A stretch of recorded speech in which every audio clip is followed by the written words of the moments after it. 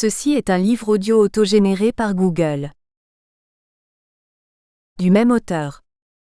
Anatomie d'un feuilleton télévisé. François Gaillard ou La vie des autres, en collaboration avec Michel Souchon et Ali, Col. Théma Communication, Théma 1973. Proposition pour l'analyse de l'image, Col. Les cahiers de l'audiovisuel. Ligue française de l'enseignement et de l'éducation permanente, 1980. Les dossiers du petit écran, éléments d'information, en collaboration avec Pierre Corset et Ali. CNDP 1980. Les dossiers du petit écran, propositions pédagogiques, en collaboration avec Pierre Corset et Ali. CNDP 1982. Écran et utopie, en collaboration avec Chantet de Linaré et Annie Auberti. INEP Ministère de la Recherche et de la Technologie, 1987. Entre les lignes écrits sur la télévision. Usage et usagers, CIRCAV Jéricho, Université de Lille 3,1993. Plus on cherche d'Inde, plus on trouve d'Amérique. Analyse de séquences, cinéma, télévision et vidéo, Apt, 1995. La Lyre et Lolo, en collaboration avec Bart et Ali. CIRCAV Jéricho, Université de Lille 3,1995. Images abîmées, essai sur la réflexivité iconique, Col. Champ visuel, L'Harmattan 1998. Le spectacle du sport, en collaboration avec Georges Vigarello et Ali. Communication Seuil 1998. Sport et télévision, Regard croisé, en collaboration avec Pierre Gabaston et Ali. Col. Culture et communication, L'Harmattan 2000. Lire l'audiovisuel, précis d'analyse iconique, Col. Avec L'Harmattan 2001. Télé Notre bon plaisir, énonciation et pédagogie télévisuelle, Col. Avec L'Harmattan 2002. L'écran dans l'écran et autres rectangles scopiques, Col. De Visu L'Harmattan 2004. Encore un tour, le Tour de France et la télévision, Col. De Visu L'Harmattan 2004. Vue à la télé, chronique télévisuelle, petite mythologie contemporaine, Col. De Visu L'Harmattan 2004. L'image et le corps. Propos sur la représentation du corps dans les masses médias, Col. Avec L'Harmattan 2004. Approche d'un film mythique, La jetée de Chris Marker 1962, Col. De Visu L'Harmattan 2005. Télévision et politique, à propos de quelques prestations télévisées, Col. De Visu L'Harmattan 2005.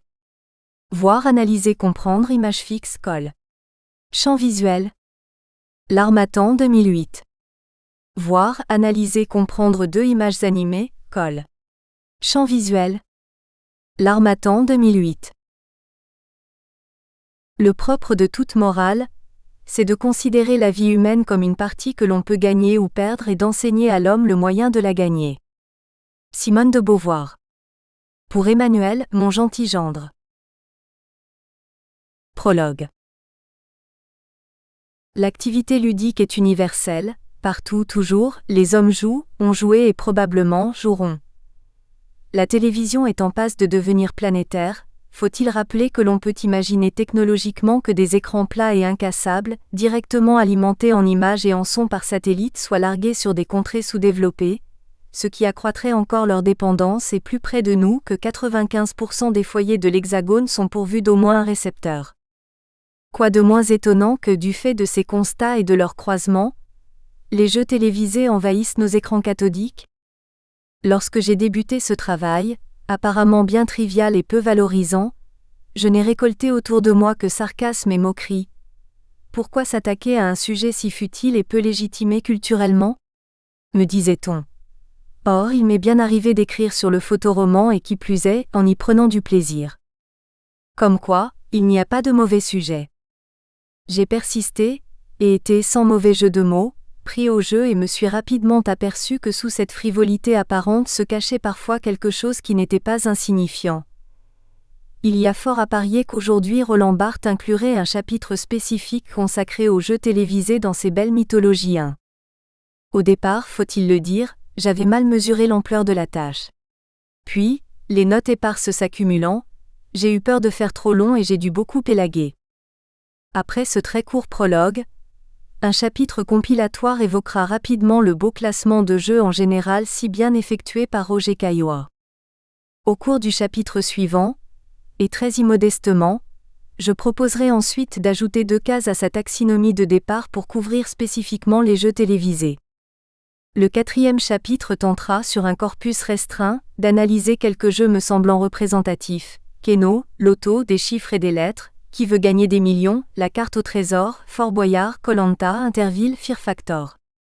Viendra enfin un rapide épilogue qui tentera de mettre fin à quelques idées reçues, et clôturera cet opuscule. Encore un mot. Dans la vie courante, je déteste et fuis les raccourcis langagiers qui me semblent abusifs et fallacieux tels que mag pour magazine, actu pour actualité, hélico pour hélicoptère, matos pour matériel, l'affreux frigo pour réfrigérateur, et qui plus est venant d'un nom de marque, frigidaire, l'horrible ordi pour ordinateur, com pour communication, le non moins ragoûtant auto pour automobile, et voilà que j'utilise une pareille locution dans mon titre télé. C'est peut-être parce que, plus que d'habitude, à l'orée de ce travail, je ne me sentais pas bien sûr de moi. 1. Les jeux et les hommes 2. Il ne saurait être question pour moi, à l'orée d'un travail concernant les jeux télévisés, de ne pas évoquer pour le moins le bel ouvrage de Roger Caillois 3, parlant des jeux en général et de leur classement. Après avoir civilement critiqué la définition qu'en donne Johan Huizinga, sous l'angle de la forme, on peut définir le jeu comme une action libre, ressentie comme fictive et située en dehors de la vie courante, capable néanmoins d'absorber totalement le joueur, une action dénuée de tout intérêt matériel et de toute utilité, qui s'accomplit en un temps et dans un espace expressément circonscrit, se déroule avec ordre selon des règles données et suscite dans la vie des relations de groupe s'entourant volontiers de mystère ou accentuant par leur déguisement leur étrangeté vis-à-vis du monde habituel. 4. C'est un angle qu'il trouve à la fois trop large et trop étroit. 5.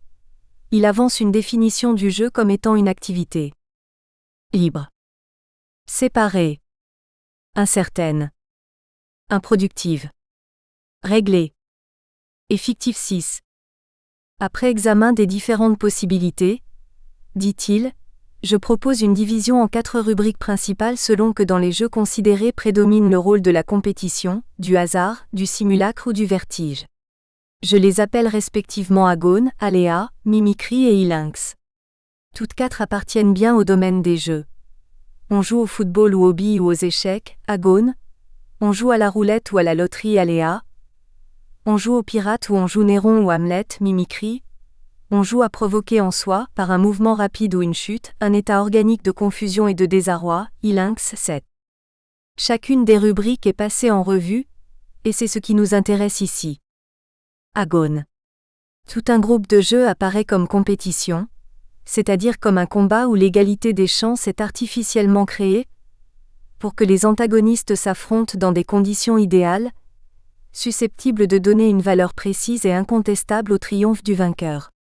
Il s'agit donc chaque fois d'une rivalité qui porte sur une seule qualité: rapidité, endurance, vigueur, mémoire, adresse, ingéniosité, etc., s'exerçant dans des limites définies et sans aucun secours extérieur, de telle façon que le gagnant apparaisse comme le meilleur dans une certaine catégorie d'exploits. 8. Le jeu de dames, d'échecs, le billard en offre des exemples parfaits. La recherche de l'égalité des chances au départ est si manifestement le principe essentiel qu'on la rétablit par un handicap entre les joueurs de classes différentes, c'est-à-dire qu'à l'intérieur de l'égalité des chances d'abord rétablie, on ménage une inégalité proportionnelle supposée des participants. Il est significatif qu'un tel usage existe aussi bien pour l'agone de caractère musculaire, les rencontres sportives, que pour l'agone du type le plus cérébral, les parties d'échecs par exemple, où l'on fait avantage au joueur le plus faible d'un pion, d'un cavalier, d'une tour. 9. L'agone se présente comme la forme pure du mérite personnel, et sert à le manifester. 10. Aléa. C'est, en latin, le nom du jeu de dés. Je l'emprunte ici pour désigner tous les jeux fondés à l'exact opposé de l'agone, sur une décision qui ne dépend pas du joueur sur laquelle il ne saurait avoir la moindre prise, où il s'agit de gagner bien moins contre un adversaire que contre le destin. Pour mieux dire, le destin est le seul artisan de la victoire et celle-ci, quand il y a rivalité. 11. signifie exclusivement que le vainqueur a été plus favorisé par le sort que le vaincu. L'agone est une revendication de la responsabilité personnelle. Nous espérons que vous avez apprécié cet aperçu. Pour continuer à écouter ce livre audio sur Google Play Livres, utilisez le lien dans la description de la vidéo.